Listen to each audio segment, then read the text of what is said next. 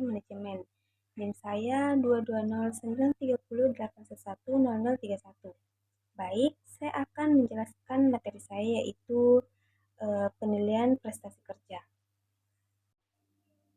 Nah, baik, saya akan menjelaskan pengertian prestasi kerja. Penilaian prestasi kerja adalah kegiatan manajemen untuk mengevaluasi perilaku prestasi kerja karyawan serta menetapkan kebijaksanaan selanjutnya. Penilaian prestasi kerja adalah penilaian rasio hasil kerja nyata dengan standar kualitas maupun kualitas yang dihasilkan setiap karyawan.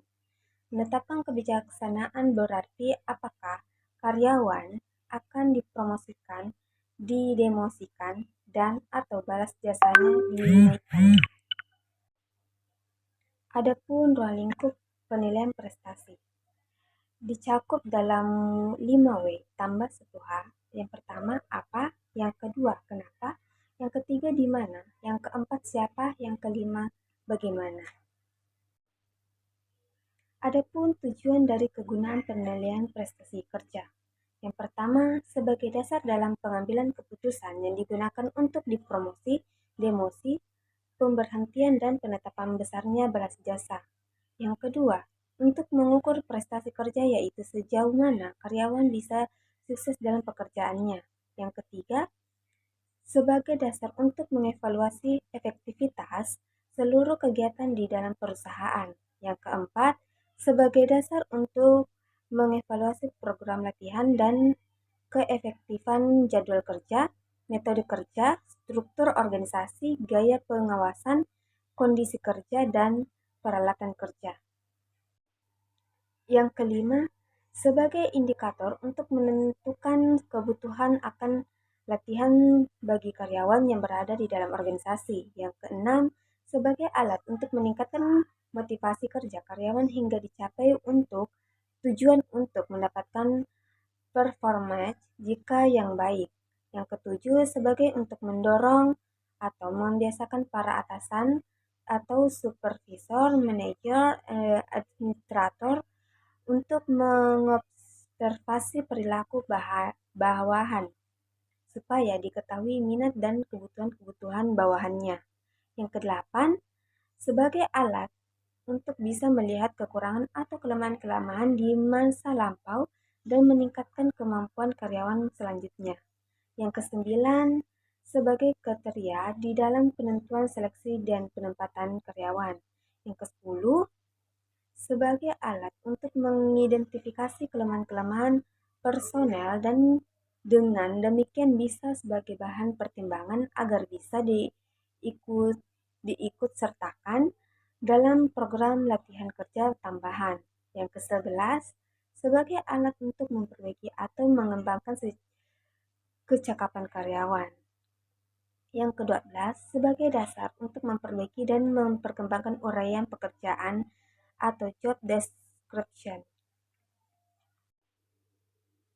Adapun syarat-syarat penilaian prestasi karyawan. Yang pertama, penilaian harus jujur, adil, objektif, dan mempunyai pengetahuan mendalam tentang unsur-unsur yang akan dinilai. Yang kedua, penilai hendaknya mendasarkan penilaiannya atas benar atau salah, baik atau buruk terhadap unsur yang dinilai. Penilai tidak boleh mendasarkan penilaian atas suka atau tidak suka. Yang ketiga, penilai harus mengetahui secara jelas pekerjaan setiap karyawan yang akan dinilai supaya hasil penilaiannya dapat dipertanggungjawabkan dengan baik. Yang keempat, penilai harus mempunyai karyawan formal supaya dapat melaksanakan tugasnya dengan baik. Yang kelima, penilai harus mempunyai keimanan supaya penilaiannya jujur dan adil. Adapun unsur-unsur yang dinilai, terdapat 11 unsur yang dinilai yaitu yang pertama kesetiaan, yang kedua prestasi kerja, yang ketiga kejujuran, yang keempat kedisiplinan, yang kelima kreativitas, yang keenam kerjasama, yang ketujuh kepemimpinan, yang kedelapan kecakapan, yang ke-9 kepribadian, yang ke-10 tanggung jawab, yang ke-11 prakarsa. Metode penilaian prestasi karyawan. Adapun yang terbagi dua, yang pertama itu metode tradisional. Nah, apa itu metode tradisional? Metode ini merupakan metode tertua ya dan paling sederhana untuk penilaian prestasi karyawan dan diterapkan secara tidak sistematis maupun sistematis. Metode modern. Metode ini merupakan perkembangan dari metode tradisional dalam menilai prestasi karyawan yang termasuk ke dalam metode modern. Ini adalah Assessment Cancer Management by Objective MBO sama dengan MBS dan Human Asset Acquisition. Kendala serta tolok ukur penilaian prestasi kerja. Halo Eva, merupakan kesalahan yang dilakukan oleh penilai karena umumnya penilai cenderung akan memberikan indeks prestasi baik bagi karyawan yang dikenalnya atau sahabatnya. Sebaliknya, terhadap karyawan yang kurang dikenal penilai memberikan indeks prestasi sedang atau kurang. Penilai sering mendasarkan penilaiannya atas dasar rasa atau lack of dislike, bukan atau dasar feedback.